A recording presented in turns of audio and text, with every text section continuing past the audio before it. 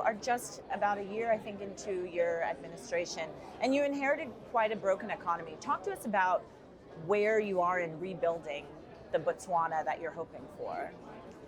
Well, we've recently begun what we call the Botswana Economic Transformation Program, which seeks to identify key industries, key sectors of the economy that will power the economy forward. And we have concentrated our efforts on those.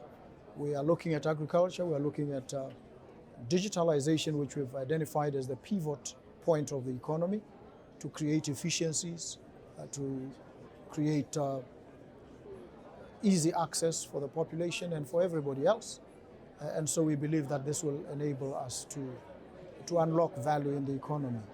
We're also looking at infrastructure development, leveraging on our strategic positioning as a country in the Southern African regional bloc. And so we think we're on the right track. What are the current plans right now for fiscal consolidation? That's been something that you've also been focused in. We have, creating these efficiencies is also saving, curbing wastage, ensuring there's little, if any, room at all for corruption.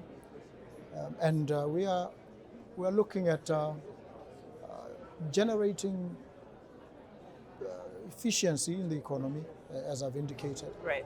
And so we believe that this will work. We have also launched a Sovereign Wealth Fund, right, which is something that's new and that's radical in terms of what it offers.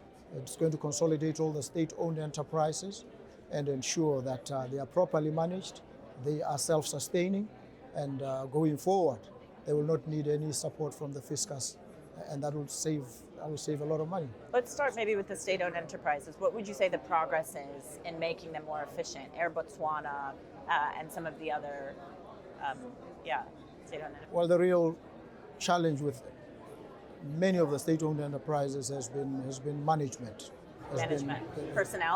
Personnel, skill and expertise.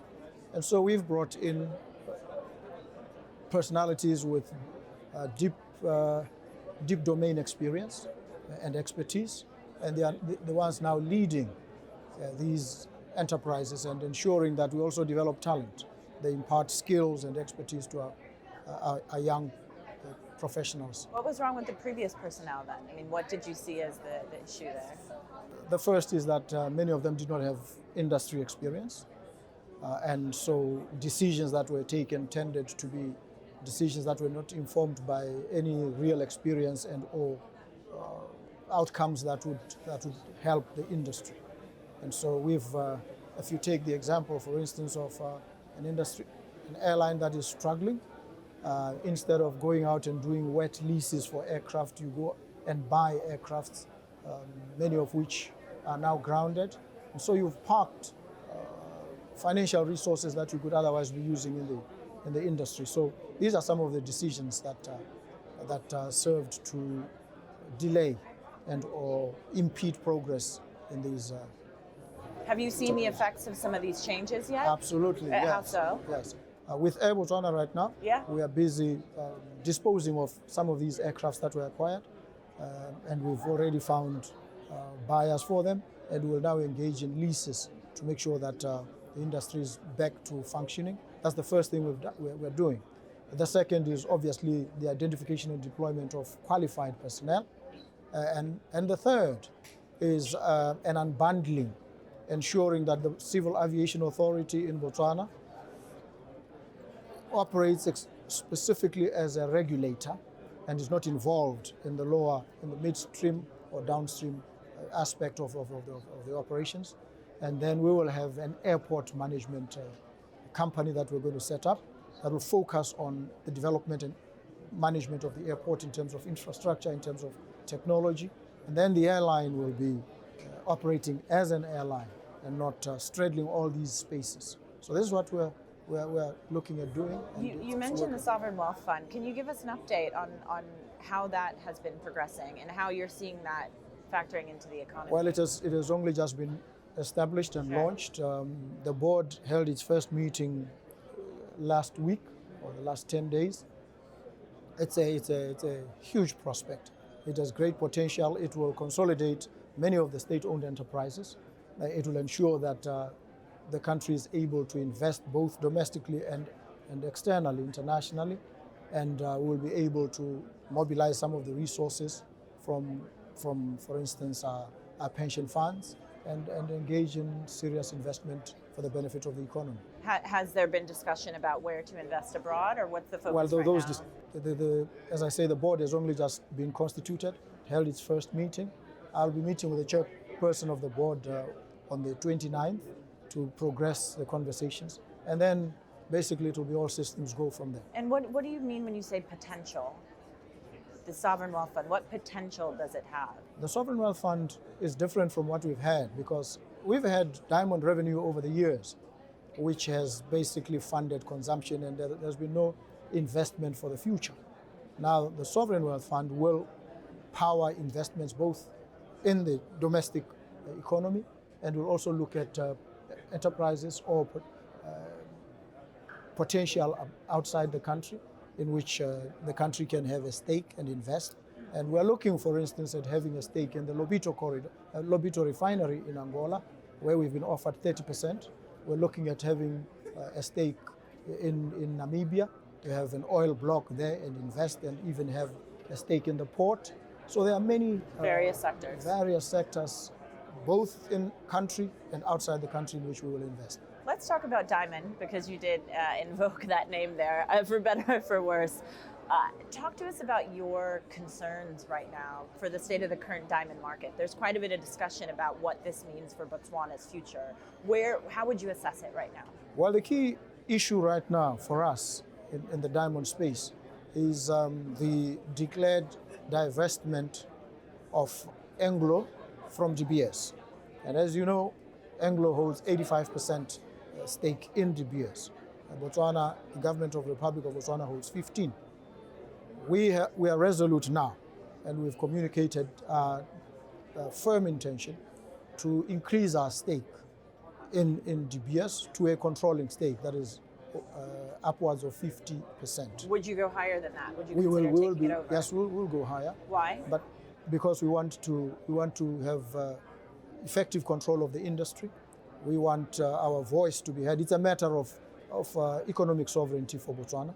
We produce 70% of DBS's diamonds through our Janeng mine and Orapa.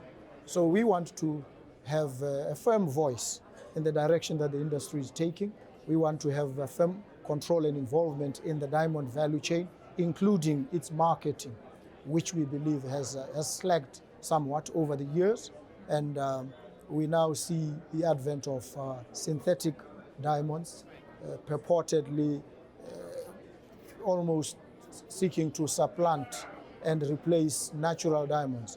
Well, it is our firm belief and stance that there's no way in which a fake can outshine the real. But we're seeing it in the numbers. People are not paying money for diamonds. Well, so why people who are serious about value will appreciate that the natural diamond is a repository of value. And so any person who is in love and who wants to get married, who wants to give an engagement ring, if the person bringing the ring brings a synthetic, I think you need to look at them askance. So that's the entry point into the marketing of natural diamonds. They are real, they're genuine, they are rare, and so they store value. So do you believe then we could see an upswing then in diamond prices? Absolutely. Is that what you're insinuating? It is anticipated that there will be an upswing indeed over the next 2 to 3 years. But obviously it will also be a function of proper marketing and differentiation in the market and traceability. So that's going to be critical. What would you say to someone who says maybe this isn't the time for the government to be increasing its stake in De Beers? What is the benefit here, especially when you look at the myriad of issues that the country's facing? Well, the starting point is the reality that Botswana produces 70% of the diamonds in DBS anyway. So there's no way in which we'll sit back and not take effective control of this resource. That's the first. The second is that we need to also be involved in midstream and downstream in relation to the diamond industry, and also the marketing. So it is absolutely imperative for Botswana at this point, particularly, to take a more active role and increase its stake. Where do you get the funds from, though? We we have lined up a number of potential collaborators with us, if I may put it that way. We have targeted funders, we have parties, we have the Oman Sovereign Wealth Fund, we have others who are willing and ready to come on board with us. So we are more than ready. If the transaction, and we've said the transaction must be concluded by end of October. So we are more than ready. So for you that. expect to take a controlling stake in De Beers by Absolutely, the end of October? no doubt about it. What about your concerns, though, about De Beers having to, being difficult or having challenges selling its own stake outside of the country? I mean, are you not concerned? It sounds like you're not concerned right now about the state. We are concerned about the diamond industry, but these are concerns we believe we can address. Any challenge that is faced, we will be able to surmount. So we are more than confident that we will. Have you considered potentially going to the IMF or to other members, international monetary funds or other funds? Well, we're considering all options. Yeah. As I say, the ones that we have on the table are more than enough. Is there any that you can share with us? Does it have to do with Qatar? I know they made a pledge to well, the yes, country. Qatar is ready to invest. The Oman Sovereign Wealth Fund. There are others. We're also in engagements with the government of Angola, which also is a diamond producer. So we are building a consortium that is formidable and that will have full control of the diamond space and will ensure that we market, we position the natural diamond appropriately.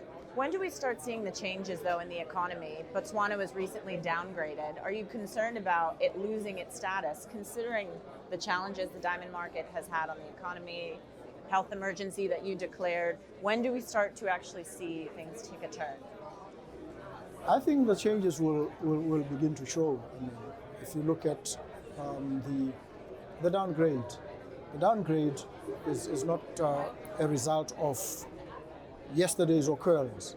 It's a response or a reaction to the struggles faced in the diamond industry for an economy that is monosectoral, that has relied on a single commodity.